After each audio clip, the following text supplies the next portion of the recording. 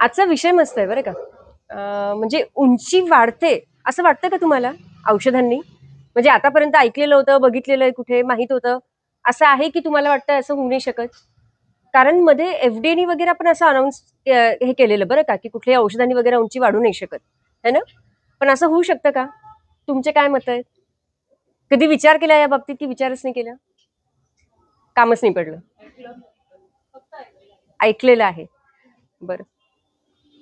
म्हणजे उंची वाढते का नाही वाढत याविषयी खूप गैरसमज आहेत. म्हणजे समज आणि गैरसमज दोन्ही आहेत बरं लोकांमध्ये. असं कसं होऊ शकतं है ना? हेरिडिटरी फॅक्टर खूप डॉमिनंट असतो. लोकं म्हणजे खूप तर्कवितर्क याच्यात वाद केलं तर खूपच होऊ शकतं काही ना काही. पण जे दिसतं त्यावर आपण बिलीव्ह करायला पाहिजे. है ना? प्रत्यक्ष प्रमाण दिसतंय आपल्याला तर आपण बिलीव्ह करायलाच पाहिजे. कोणी काही म्हणो. है की नाही? बरं. आता उंची वाढत का नाही आधी ते कारणं आपण काही बघूया. है ना? उंची न वाढण्याचे कारणं काय-काय आहेत? अ, लहानपणा म्हणजे बालक जे असतात ना, त्याच्या 3 अवस्था आयुर्वेदात सांगितलेल्या आहेत. कोणत्या-कोणत्या? क्षीरात, क्षीरान्नाद आणि अन्नाद. 3 अवस्था असतात. मी मग डिटेल सांगते तुम्हाला. ऐकलंच नाही का हे शब्द ऐकलेत? ऐकलेलेच नाहीये. ठीक आहे. 3 अवस्था असतात. आधी बाल म्हणजे काय हे आपण समजायला पाहिजे. बाल म्हणजे आपल्याला काय वाटतं कुकुळत छोटंसं बाळ, है ना? असं ज्याला आपण कडेवर घेतो असं बाल. पण बाल ही संज्ञा आयुर्वेदात 16 वर्षांपर्यंतच्या मुलांना आपण बाल म्हणतो. म्हणून सुवर्णप्राशन जे आपण देतो ते 0 टू 16 इयर्स असं आपण लिहितो, है ना? तर छोट्या मुलांसाठी हे म्हणजे पेडियाट्रिक्स ॲक्चुअली हे 16 वर्षापर्यंत आपण मुलांनी पेडियाट्रिशियनकडे जायला पाहिजे. पण तसं मॉडर्नमध्ये होत नाही. आयुर्वेदात आपण 16 वर्षापर्यंत बाल ही संज्ञा मानतो. आता त्याच्यात पण 3 अवस्था सांगितलेल्या आहेत. एक क्षीराद, एक क्षीरान्नाद आणि अन्नाद. म्हणजे पहिले 6 महिने ही क्षीराद अवस्था असते. म्हणजे बाळ फक्त आईच्या दुधावर असतं. है ना? तर पहिले 6 महिने आईच्या दुधाव्यतिरिक्त खरं म्हणजे बाळाला काहीच द्यायला नको. हं? पण तुम्ही बघितलं असेल, की आजकाल 3 महिने, 4 महिने झाले, की ते चिक्कूचं पल्प देतात, केळी देतात, इडली देतात किती लोकं. म्हणजे भयंकर प्रकार आहे हा तर. इतकं भयंकर आणि परमनंट यांनी पोट खराब होतं पोरांचं आणि पोट खराब झालं म्हणजे काय झालं? अवस्था पाक सगळे खराब होणार. तृतीय अवस्था पाक खराब होणार. तृतीय अवस्था पाक खराब होतो म्हणजे काय होणार आहे? पक्वाशयातलं पचन जे आहे ते खराब होणार आहे. आणि पक्वाशयाचा जो सुरुवातीचा भाग असतो तिथे उंडूक म्हणजे सीकम असतं आणि तिथेच पुरुषधरा कला आणि अस्थिधरा कला असते. आणि ही जर बिघडली ना, की कायमस्वरूपी या लोकांचं पोट बिघडतं आणि पुढे जाऊन अशा मुलांची हाईट वाढत नाही. हा विचार तरी आपण करतो का? म्हणजे किती डीप विचार आयुर्वेदात केलाय तुम्ही विचार करा. की लहानपणी ज्या मुलांना असं सगळं 6 महिन्याच्या आत दिलेलं असतं ना, तर मोस्टली त्या मुलांची हाईट पाहिजे तशी वाढत नाही. हा एक सुरुवातच चूक इथून होते बरं का. म्हणून 6 महिन्यापर्यंत जे लोकं असं देतात ना अन्न मुलांना, त्यांना आपण सांगायला पाहिजे की असं नको करायला आणि हे समजावून सांगितलं तर समजतं बरं लोकांना. पण हे माहितीच नसतं. वैद्यांना, डॉक्टरांना पण किती लोकं हे मानत नाही किंवा माहीत नसतं असं होतं. ते सांगितलं की लोकं ऐकतात. तर हे आपण सांगायला पाहिजे. मग क्षीराद अवस्थातली ही चूक नाही केली ना, तर नॅचरल ॲटलीस्ट जी ग्रोथ व्हायची आहे ना, ती खूप चांगल्या प्रकारे हाईट होते. तुम्ही बघितलं असेल की आई-वडील छान असतात, पण तरी मुलांची हाईट कमी असते. असे जे मुलं असतात ना, तर त्यांच्या आयांना विचारायला पाहिजे की तुम्ही पहिल्या 6 महिन्यात याला काय खाऊ घातलं? तर खूप लोकांमध्ये आपल्याला ही हिस्ट्री मिळते. आणि तेव्हा जो मार बसलेला असतो ना पचनावर, तो खूप मुश्किलने निघतो बरं का. तो कठीण असतो काढायला. म्हणून हे आपण खूप लक्षात घ्यायला पाहिजे. ठीक आहे. आणि आयुर्वेदिक वॅक्सिनेशन काय-काय आहे? आपण काय करायला सांगतो? 16 संस्कार आपण करायला सांगतो. सुवर्णप्राशन आपण 16 वर्षापर्यंत द्यायला सांगतो, है ना? कान टोचायला आपण सांगतो. 1.5, 2, 2.5 महिन्याचं बाळ झालं की कान टोचायला पाहिजे, है ना? गुटी देतो आपण बालगुटी ती 2 ते 3 वर्षापर्यंत द्यायला पाहिजे. ह्या सगळ्या गोष्टी जर प्रॉपर केल्यानं तर बाळाची बुद्धी, स्मृती, एकाग्रता तर चांगली होतेच, पण त्यासोबतच शरीर आणि उंची पण खूप नॉर्मल आणि चांगली वाढते. तर ह्या गोष्टी आपण सुरुवातीपासून करायला पाहिजे. म्हणजे नॉर्मल उंची गाठायला खूपच चांगली मदत होते. तर याच्यासोबत अजून काय व्हायला पाहिजे? षड्रसात्मक आहार जायला पाहिजे लहानपणापासून. है की नाही? का असं व्हायला पाहिजे? सर्व रस अभ्यासानाम बल वर्णकरानाम श्रेष्ठ असं सांगितलंय है ना? म्हणजे बल, वर्ण, आयु, इम्युनिटी हे सगळं षड्रस खाणाऱ्या मुलांचं वाढतं. आणि शारीरिक आणि मानसिक वाढ चांगली झाली म्हणजे ऑब्व्हियसली हाईट वाढणार. पचन चांगलं झालं, पुरुषधरा कला, अस्थिधरा कला चांगली झाली की आपोआप हाडं मजबूत होणार. वाताचं शमन झालं की आपोआप अस्थिवृद्धी होणार म्हणजे हाईट वाढणार. तर हे आपण करायला पाहिजे. आता किरू आणि तुरट रस जे लोक म्हणजे स्पेशली लहान मुलं आणि मोठे पण जे प्रॉपर व्यवस्थित खातात ना, तर त्यांचं आजारी पडण्याचं प्रमाण हे खूप कमी असतं बरं का. लोक गोड, आंबट, तिखट, खारट हे आपण भरपूर खातो है ना, पण कडू आणि तुरट आपण किती खातो थोडंसं शांततेत विचार करून बघा की या आठवड्यात आपण काय कडू खाल्लंय आणि काय तुरट खाल्लंय. खाल्लेलंच नसतं किती किती दिवस. तर ज्यांच्या जेवणात हे षड्रस येतात ना, त्यांचं आजारी पडण्याचं प्रमाण हे खूप कमी असतं. आणि जितकं कमी आजारी आपण पडू ना, तर तेवढी आपली इम्युनिटी चांगली होणार आहे. इम्युनिटी चांगली होणार आहे म्हणजे काय, आपला अग्नी चांगला होणार आहे. अग्नी चांगलं होणार आहे म्हणजे काय, सगळे अवस्थापाक आपले चांगले होतील. मग त्यात तृतीय अवस्थापाक चांगला झाला म्हणजे काय होणार आहे, पुन्हा तेच अस्थीची चांगली वाढ होणार आहे. आणि अस्थीची चांगली वाढ झाली म्हणजेच आपली हाईट वाढणार आहे है ना. तर हे सगळं एकमेकांशी असं रिलेटेड असतं बरं. म्हणून या खूप छोट्या छोट्या गोष्टी आहेत, पण ह्याच्याकडे आपलं खूप लक्ष असायला पाहिजे आधीपासून. आणि म्हणून ज्यांची हाईट कमी आहे त्यांनी विचार करावा की आपलं काय चुकलं है ना. म्हणजे आपलं म्हणण्यापेक्षा पालकांचं काय चुकलं विचारा घरी जाऊन है की नाही. औषधांनी उंची वाढतच नाही असं खूप लोक सांगतात बरं का. पण तुम्ही विचार करा, जपान सारख्या देशामध्ये त्या लोक ते सगळे टिंगे असतात ना, जपानी लोक कसे असतात बघितले तुम्ही. तर नुसतं व्यायाम करून त्यांनी मागच्या काही वर्षात त्यांची ऍव्हरेज हाईट 3 इंचापर्यंत वाढवली बरं का. मग आपल्याकडे भारतात व्यायाम तर आहेतच, पण त्याच्यासोबत आयुर्वेद आहे ना. म्हणजे आपण किती चांगलं काम याच्यात करू शकतो. फक्त लोकांना माहित नसतं आणि करणारे करत नाही, एवढंच आहे. आणि ही जमदग्नी सरांची म्हणजे आदरणीय जमदग्नी सरांची आपल्याला खूप मोठी देण आहे. याचं औषध सरांनी कसं शोधलं ना, त्याची पण एक खूप छान गोष्ट आहे बरं का. इतके चिकित्सक आणि इतकी वृत्ती त्यांची शिकण्याची आहे ना सरांची, तर त्यातून त्यांनी हे सगळं इन्व्हेंट करून आपल्याला आयतं दिलंय करायला. आपण ऍटलीस्ट तेवढं तर करू शकतो ना, है की नाही. करायला पाहिजे, लोकांना सांगायला पाहिजे आणि याचं काय म्हणतो विकास आपण करायला पाहिजे, है की नाही. बरं.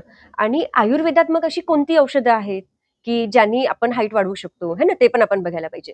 ज्या ज्या कल्पांच्या फलश्रुतीमध्ये बालानामचे अंगवर्धनम असं आलेलं आहे, असे बरेच कल्प तुम्ही आता वाचाल ना तेव्हा तुम्हाला लक्षात येईल. तर त्या बालानामचे अंगवर्धन म्हणजे काय, लहान मुलांच्या अंगांची वाढ होते. लहान मुलं म्हणजे कोण, पुन्हा तेच आलं 16 वर्षापर्यंतचे. अंगाची वाढ होते म्हणजे काय, शरीर मोठं होणार म्हणजेच हाईट वाढणार है ना.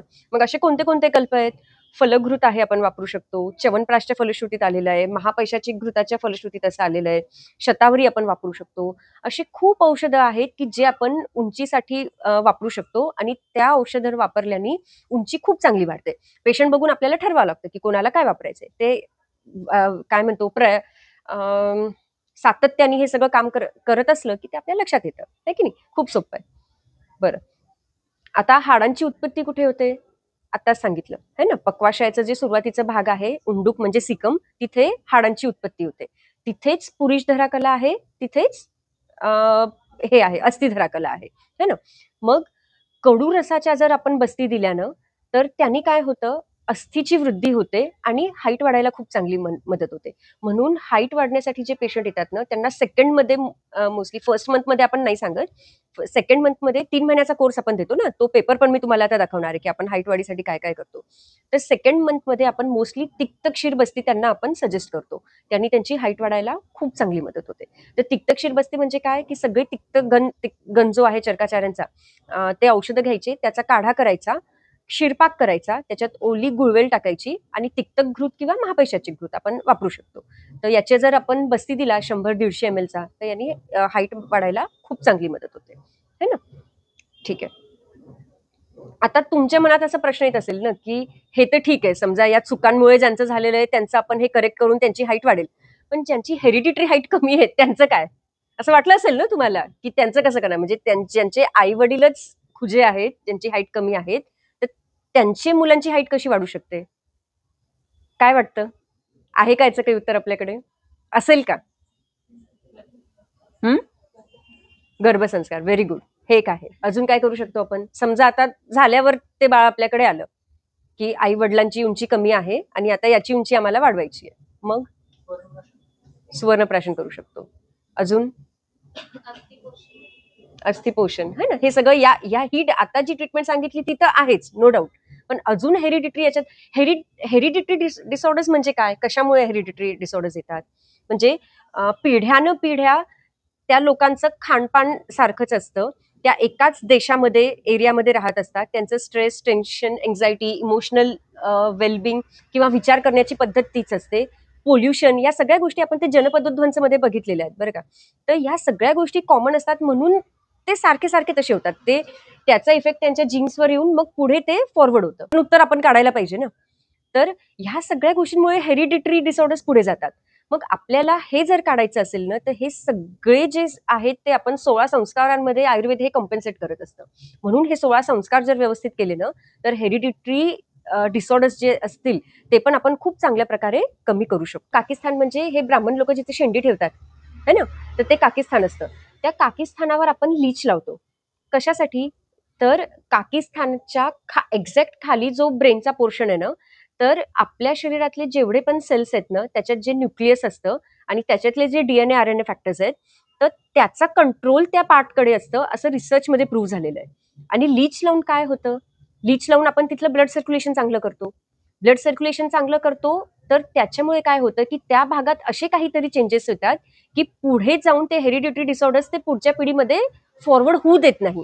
आणि हे फक्त उंचीच्या बाबतीतच नाही बरं का. इतर कुठलेही हेरिडिटरी डिसऑर्डर्स असतील ना, म्हणजे हेरिडिटरी कोणाला हायपरटेन्शन पण असतं, ऍसिडिटी पण काही लोकांना असते, युटराईन कॅन्सर्स आहे, ब्रेस्ट कॅन्सर आहे, लिव्हरचं कॅन्सर आहे, कुठलेही डाऊन सिंड्रोमचे समजा पेशंट असतील, या सगळ्या पेशंट्समध्ये जर आपण काकीस्थानावर लीच थेरपी केली ना, तर हेरिडिटरी पुढे जे जाणारे आजार असतात ना, ते पुढे जात नाही. तर प्रत्येक ह्याच्यात आपण हे वापरू शकतो. तर हेच आपण उंचीसाठी पण वापरतो. तर हे आपण करायला पाहिजे है ना. तर हे हेरिडिटी आणि त्याच्यासोबत ऑब्व्हियसली ही ट्रीटमेंट आहेच बरं का. या ट्रीटमेंटला एक्सेस आपण ते करतो हेरिडिटरी ज्यांना आहे त्यांना, है की नाही. म्हणजे इतकं जर आपण म्युटेशन व्हेरिएशन आपल्या आयुर्वेदिक औषधांनी करू शकतो है ना. हेरिडिटरी फॅक्टर आपण काढला म्हणजे काय केलं आपण, त्यांचे DNA RNA चेंज केले ना. मग हे पण शक्ती, ही पण ताकद आयुर्वेदात आहे की आपण हेरिडिटरी डिसऑर्डर्स काढू शकतो. लोकांना हे माहितीच नसतं. हेरिडिटरी म्हटलं की लोक चुपच बसतात, हा ठीक आहे हे असंच आहे आणि ऍक्सेप्ट करून घेतात. असं नाही करायला पाहिजे. आपण त्यांना सांगायला पाहिजे की हे पॉसिबल आहे आणि सरांनी हे करून दाखवलंय, तर आपण पण नक्कीच करू शकतो आणि तुम्ही पण नक्कीच करू शकता. करून बघा, है की नाही. बरं, आता औषधं आपण काय काय महत्वाचे वापरतो उंची वाढण्यासाठी. सगळ्यात महत्वाचं काय त्याच्यात, अहळीव. अहळीव म्हणजे चंद्रशूर है ना. अहळीव माहिती आहे तुम्हाला सगळ्यांना. तर अहळीव हे रोप जर आपण त्याचं लावलं ना, तर ते खूप फास्ट वाढतं. तुम्ही जर बघितलं ना, खूप कमी वेळात ते असं मोठं होऊन जातं. तर त्याचा हा जो गुण आहे ना, तो आपण हाईट फास्ट वाढण्यासाठी घेऊ शकतो है ना. तर हा एक आहे. आणि याचं काम कसं होतं माहितीये का, अहीर जेव्हा आपण देतो ना, तर आपण ते सकाळी उपाशीपोटी दुधासोबत घ्यायला सांगतो. म्हणजे तुम्ही जर बघितलं ना, अहीर जर तुम्ही पाण्यात किंवा दुधात टाकलं ना, तर ते असं एकदम चिकट होऊन जातं. त्याला आपण धुवू नाही शकत. तर ते जेव्हा दुधासोबत घेतो, तर त्याचा एक चिकट असा पदार्थ तयार होतो आणि तो आमाशयात जातो. मग चिकट पदार्थ आमाशयात गेला म्हणजे काय? ते कफच आहे ना. आमाशयात ऑलरेडी कफाचं स्थान आहे. मग तिथे कफ वाढणार आणि कफ वाढणार म्हणजे काय होणार? आमाशयातलं जे काही वात आहे, पित्त आहे, त्याचं शमन होणार. वात आणि पित्त हे डिस्ट्रक्टिव्ह दोष आहे है ना. म्हणजे पित्त आणि वात कमी झालं आणि कफ आमाशयात वाढलं म्हणजे आमाशयापासूनच अस्थि वाढण्याची प्रोसेस आपण सुरू करतोय है ना. डिस्ट्रक्शन आपण कमी केलं म्हणजे मॅच्युरिटी स्लो डाऊन केली तर काय होणार आहे, ऑब्व्हियसली हाईट वाढणार आहे. तर सुरुवातीला जेव्हा आमाशयात ते जातं तर कफ वाढवून तिथेच वात आपलं हाड वाढण्याची प्रोसेस सुरू होऊन जाते. मग आपण अजून काय सांगतो त्यांना, की औषध अळीव हे चावायचं नाही, हे गिळायचं. पण त्यांना काय सांगतो, की अळीव हे चावायचं नाही, हे गिळायचं आहे. का? कारण चावलं तर ते उष्ण पडतं. तर मग गिळायचं आहे आणि ते पण 7च्या आधी उभं राहून ते घ्यायचं असतं औषध. उभं राहून घेतल्याने काय होतं, की पोटावर त्याचा इम्पल्स येतो आणि तो इम्पल्स स्लोली पुढे जाऊन मग उंडुकावर जातं आणि तिथली जी पुरुष धराकला असते त्याला ते ऍक्टिव्हेट करतं. ते ऍक्टिव्हेट झालं की मग तिथली जी अस्थिधरा कला आहे ती पण ऍक्टिव्हेट होते आणि अस्थिधरा कला चांगली झाली की ऑब्व्हियसली हाडांचं फॉर्मेशन चांगलं होणार आणि हाईट वाढण्याला आपल्याला खूप मदत होणार. मग तिथून आमाशयातून ते पूर्ण बोलत असतं ते कुठे जातं, ग्रहणीमध्ये जातं. ग्रहणीमध्ये काय असतं, पित्त असतं. मग ते अहळीवाच्या कडू रसामुळे आणि कफामुळे, त्या चिकटपणामुळे तिथल्या पित्ताचं शमन होतं. पित्ताचं शमन झालं म्हणजे पुन्हा काय झालं, आपण मॅच्युरिटी रिव्हर्स केली है ना. डिस्ट्रक्शन कमी झालं. डिस्ट्रक्शन कमी झालं म्हणजे पुन्हा काय होणार, हाईट वाढणार, अस्थिची वृद्धी होणार. ठीक आहे. मग तिथून पुढे ते कुठे जातं, पक्वाशयात जातं. मग पक्वाशयात गेल्यावर पक्वाशय वाताचं स्थानच आहे है ना. यांनी पुन्हा तिथे वाताचं शमन होणार. वाताचं शमन झालं, वात शमन झालं की अस्थिवृद्धी होते, आपल्याला माहिती येते है ना. मग वात शमन झालं की पुन्हा अस्थिवृद्धी होणार म्हणजे पुन्हा हाईट वाढण्याला आपल्याला मदत होणार. म्हणून अहळीव हे सगळ्यात महत्वाचं औषध आहे उंची वाढण्यासाठी. अजून आपण काय करतो, याच्यासोबत भरपूर दूध घ्यायला सांगतो. म्हणजे सुरुवात आपण अर्धा लिटर पासून करायला सांगतो आणि नंतर भरपूर एक महिन्याला नाही, रोज 2 ते 2.5 लिटर दूध जायला पाहिजे, इतकं दूध ते पितो. तर का असं सांगतो, की अळी हे जर चावून खाल्ले तर ते उष्ण पडतात. गिळले आणि दुधासोबत घेतले तर एकतर ते उष्ण पडत नाही, हा एक फॅक्टर आहे. आणि दुग्धमचे मूत्रमचे विरेचनाने, दुधाने काय होतं, एकदम जुलाब होऊन जातात, विरेचन होऊन जातं. आणि विरेचन झालं म्हणजे काय होतं, उष्णता कमी होणार. उष्णता कमी होणार म्हणजे पित्त कमी होणार.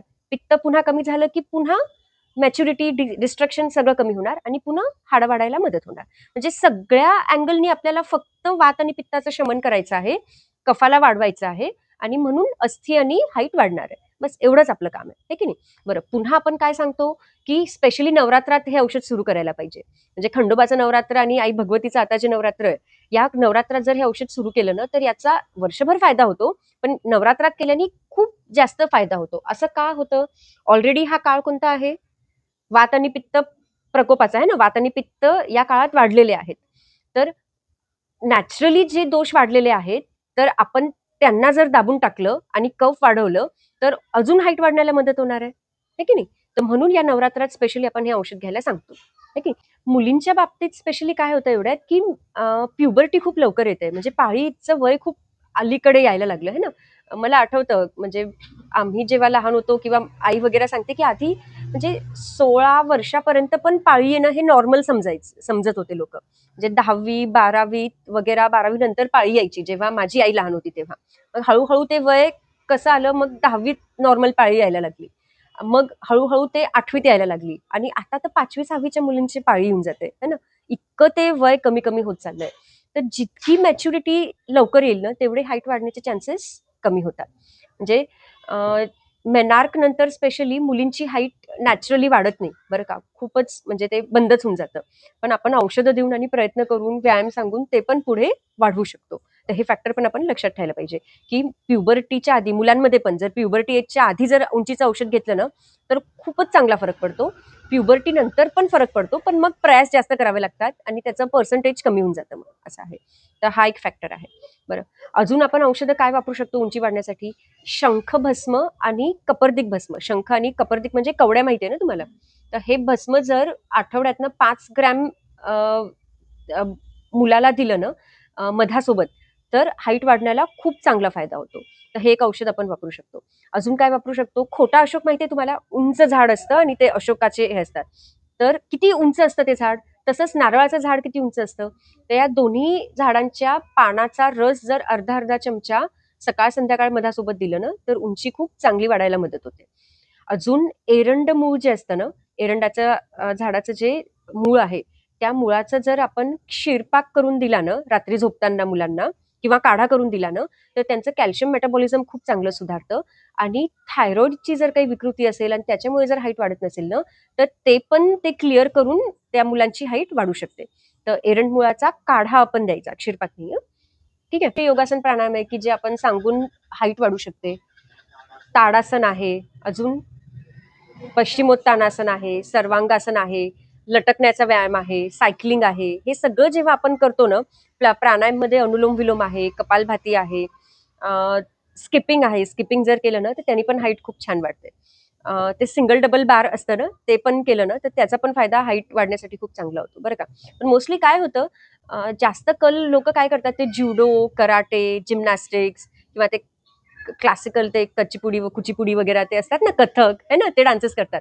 ते या जिम्नॅस्टिक्समध्ये स्पेशली ते हे जर केले ना, तर या मुलांची हाईट लवकर वाढत नाही बरं का. का असं होतं?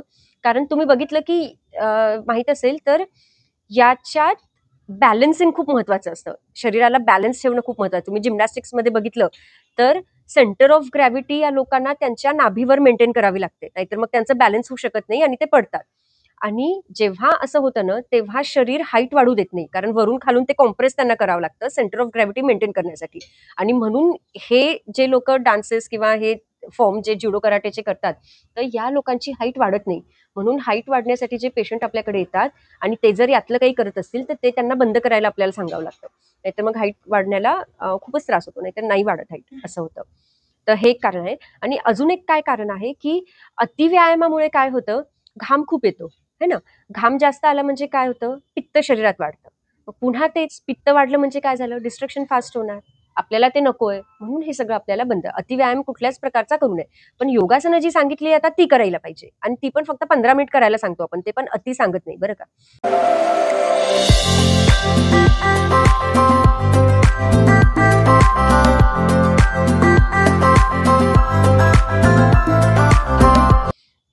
तर 16 वर्षापर्यंत आपल्याला हे लीच थेरपी, अग्निकर्म वगैरे हे काही करायची गरज पडत नाही फारशी. पहिल्याच महिन्यात खूप चांगलं रिझल्ट आपल्याला मिळून जातो.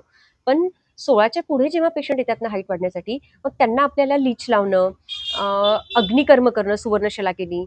सुवर्णशलाकेनी आपण पोटावर जे आपण नाभीभोवती घेतो ते आणि व्हर्टिब्रल कॉलमवर जर आपण अग्निकर्म केलं ना, तर हाईट वाढण्याला खूप चांगली मदत होते. कारण 16-18 नंतर इतर बोन्सची ग्रोथ फुल झालेली असते. फक्त 1/3 लोअर अँकलला हाईट वाढू शकते आणि व्हर्टिब्रल कॉलमची हाईट वाढू शकते. तर हे काम आपल्याला जर करायचं असेल ना, तर आपल्याला मग तिथे सुवर्णशलाकेनी अग्निकर्म करावं लागतं. तर हे आपण मग पुढच्या म्हणजे मोठे जे मुलं येतात ज्यांना हाईट वाढवण्यासाठी त्यांना फक्त आपण हे करतो, बाकी सगळ्यांना करत नाही. शारीरिक वाढीसोबत मुलांची मानसिकता पण आपण खूप चांगली जपायला पाहिजे, है ना. म्हणजे मनाचा आणि शरीराचा खूप जवळचा संबंध आहे. तर मुलांची मानसिकता आपण कशी जपू शकतो, म्हणजे वाईट सवयी लागू नये, ते कमी करण्यासाठी ना एक खूप छान सरांनी सांगितलेलं आहे. 8 वर्षाचं बाळ झालं ना, म्हणजे मूल झालं, की 1 माळ फक्त जर गायत्री मंत्राची जप केली ना सगळ्यांनी, म्हणजे आता पण तुम्ही सुरू करू शकता बरं का, आमचं वय गेलं ना आम्ही करणार नाही असं नाही. तर त्याचे इतके चांगले फायदे होतात ना, रोज फक्त 1 माळ गायत्री मंत्राची जप केली ना, तर बुरी संगत लागत नाही. हे किती भारी आहे. कुठलं व्यसन लागत नाही. म्हणजे इव्हन चांगलेच लोक आपल्याकडे येतात आणि वाईट लोक जवळच येत नाही, याचा अर्थ असा होतो. स्वतःला वाईट व्यसन लागत नाही, बुरी संगत लागत नाही आणि गायत्री मंत्र जप केल्याने बुद्धी वाढते हे तर सगळ्यांनाच माहिती आहे. त्याचा डायरेक्ट इफेक्ट आपल्या पिनियल बॉडीवर येतो. हे बऱ्याच रिसर्चमध्ये झालेलं आहे, तुम्ही ते बघू शकता. तर इतकं चांगला फायदा फक्त 5 मिनिटं लागतात, 5 मिनिटं पण लागत नसतील 1 माळ करायला. तर हे करायला पाहिजे बरं का. तुम्ही आता पण सुरू करू शकता आणि जे तुमचे लहान भाऊ बहीण असतील, जे असतील तर घरात हे सांगणं सुरू करा. चांगली पिढी निर्माण करणं हे आपलंच कर्तव्य आहे ना, कोण करणार आता, है ना. सुरुवात आपण स्वतःपासून करायला पाहिजे. आधी स्वतः करा आणि मग दुसऱ्यांना सांगा. बुद्धिस्मृती एकाग्रता वाढण्यासाठी संस्कार सांगितले, सुवर्णप्राशन सांगितलं. एक अश्वत्थपत्र भोजन म्हणून असतं. म्हणजे काय, की दर रविवारी काय करायचं, एक 7-8 फ्रेश पिंपळाचे पानं आणायचे, धुवून स्वच्छ करायचे, त्याची पत्रावळ तयार करायची आणि त्याच्यावर गरम आमटी, वरण भात असं काहीतरी खायचं. तर त्यांनी काय होतं, मुलांची बुद्धी, स्मृती, एकाग्रता खूप चांगली वाढते. इवन 50s नंतर ज्या लोकांना विसरण्याची सवय होऊन जाते ना, म्हणजे तुम्ही आई वडिलांच्या बाबतीत असं बघितलं असेल, की रूममध्ये येतात आणि मग विसरून जातात, अरे मी कशासाठी आलो इथे, है ना. चष्मा डोक्यावर असतो आणि घरभर शोधतात चष्मा कुठे आहे, असं होतं ना. तर त्यांना पण जर अश्वत्थपत्र भोजन दिलं ना, तर ह्या टेंडन्सीज खूप कमी होऊन जातात, डिमेन्शिया वगैरे कमी यायला लागतो. तर हे करून पहा, कंटिन्यू 5 ते 8 रविवार हे करायचं. तर तेवढ्यातच फरक दिसतो. नेहमी केलं तर खूपच चांगलं, त्यांनी बुद्धी वाढणारच आहे, है ना. एक पिंपळाचं पान खाणं म्हणजे 1/2 किलो तुपासारखी एनर्जी मिळते बरं का, असं त्याचं रेशिओ आहे. इतकं महत्व पिंपळाच्या पानाला आहे, म्हणून आपण ते करतो. ठीक आहे. अजून काय करता येईल हाईट वाढण्यासाठी, एक एक शेवटचा पॉईंट राहिला, रसायन सेवन आपण करू शकतो. म्हणजे ऍक्च्युली रसायन सेवन कधी सांगितलेलं आहे, पूर्वे वयसी मध्यमेवा, म्हणजे 35 नंतर रसायन सेवन करायला आयुर्वेदात सांगितलंय. पण तरी लहान मुलांना जर आपण च्यवनप्राश दिलं, शतावरी कल्प दिलं, तर त्यांची इम्युनिटी वाढून त्यांची हाईट वाढण्याला खूप चांगली मदत होऊ शकते. आणि आपण खूप इथे च्यवनप्राश वापरतो, तुम्ही बघितलंय, सगळ्यांनाच ते देता येतं. अजून एक आहे पौष्टिक लाडू म्हणून, एक लाडूचा फॉर्म्युला आहे. सिद्धौषधी प्रकाश जे आहे ना पुस्तक आपण जे वाचतो इथे, तर त्याच्यात शेवटी एक लाडूचा फॉर्म्युला दिलेला आहे. मी बहुतेक सांगितलेला आहे तो तुम्हाला. तर दरवर्षी हिवाळ्यात डिसेंबरमध्ये जेव्हा थंडी वाढते ना, तर सगळ्यांनी तो पौष्टिक लाडूच खाल्ले. हाडांची उत्पत्ती खूप चांगली होते, अस्थिधातू खूप चांगला होतो आणि अस्थिधातू चांगला झाला की ऑब्व्हियसली हाईट वाढण्याला आपल्याला मदत होणार आहे. त्याच्यात अहळीव आहे, खसखस आहे, खोबरं, खारीक, दाणा मेथी, तीळ, बडीसोप, बाळंत शेपा, गोडांबी, बदाम आणि डिंक, हे सगळे 40-40 ग्रॅम एका व्यक्तीसाठी. मी 21 दिवसाचा डोस सांगते तुम्हाला. 40-40 ग्रॅम हे सगळं घ्यायचं आणि 640 ग्रॅम गुड याच्यात टाकायचं आणि 320 ग्रॅम तूप टाकायचं. गाईचं घेतलं तर बेस्ट. आणि हे एकत्र करून याचे 20-20 ग्रॅमचे लाडू बनवून ठेवायचे. 21 दिवस हे लाडू पुरतात. तर दरवर्षी हिवाळ्यात लहान मुलांपासून ते म्हाताऱ्या कोणी हे लाडू जर प्रॉपर सेवन केलं ना, तर यांना वाताचे विकार होत नाहीत. अस्थिधातू खूप चांगला आणि पुष्ट होतो आणि अस्थींचे विकार होत नाही आणि उंची वाढायला खूप चांगली मदत होते. हे आपण नक्की करू शकतो.